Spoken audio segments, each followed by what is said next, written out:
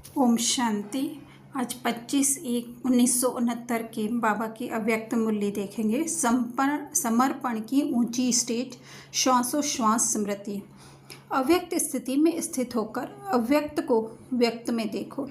आज एक प्रश्न पूछ रहे हैं, सर्व समर्पण बने हो? तो किसी ने उत्तर दिया, सर्व समर्पण है ही। यह सभी का विचार है या और कोई और विचार है? सर्व समर्पण किसको कहा जाता है? सर्व में यह देह का बांध भी आता है। देह ले लेंगे तो देनी भी पड़ेगी, लेकिन देह का बांध तोड़कर समर्पण बनना है। आप क्या समझते हो, देह के अभिमान से भी संपूर्ण समर्पण बने हो? मर गए हो व मरते रहते हो।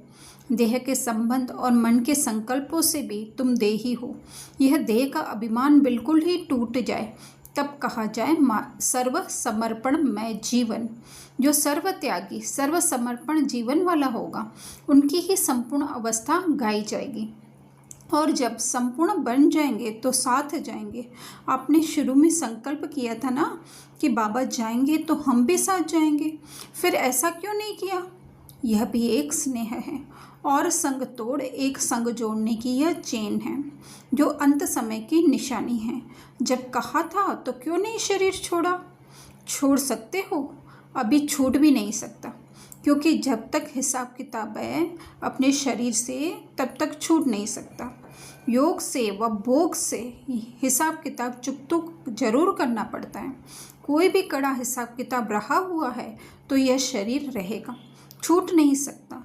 वैसे तो समर्पण हो ही, लेकिन अब समर्पण की स्टेज ऊंची हो गई है।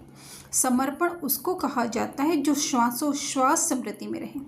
एक भी श्वास विस्मृति का न हो, हर श्वास में स्मृति रहे। और ऐसे जो होंगे उनकी निशानी क्या है? उनके चेहरे पर क्या नजर आएगा? क्या उनके मुख पर होगा मालूम है? किसी ने जवाब दिया, हर्षित मुख। हर्षित मुखता के सिवाय और भी कुछ होगा? जो जितना सहनशील होगा उनमें उतनी शक्ति बढ़ेगी। जो श्वासोश्वास स्मृति में रहता होगा उसमें सहनशीलता का गुण जरूर होगा। और सहनशील होने के कारण एक तो हर्षित मुख और शक्ति दिखाई देगी।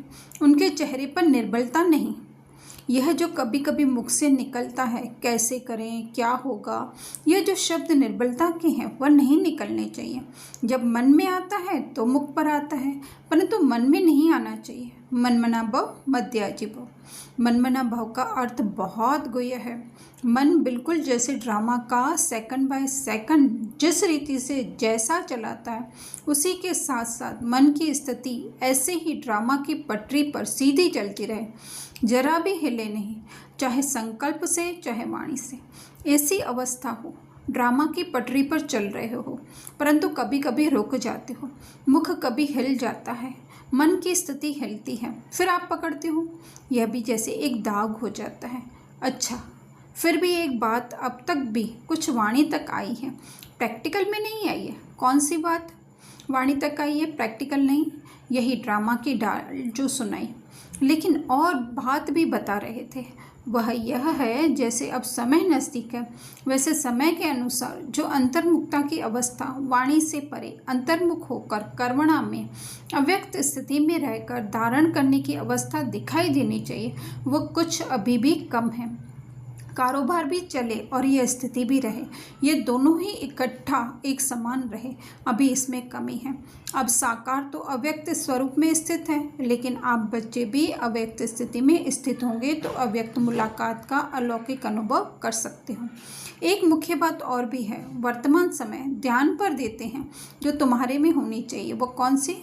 कोई को आता है जो मुख्य साकार रूप में भी कहते थे, अमृत वेले उठना।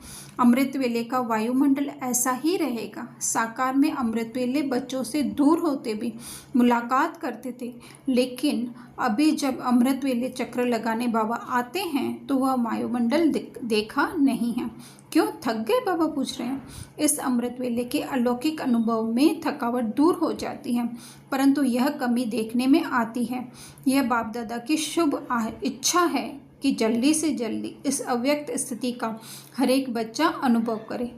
वैसे तो आप जब साकार रीति से मिलते थे तो आपकी आकारी स्थिति बन जाती थी। अब जितना जितना अव्यक्त आकारी स्थिति में स्थित होंगे उतना ही अलौकिक अनुभव करेंगे। अच्छा, ओम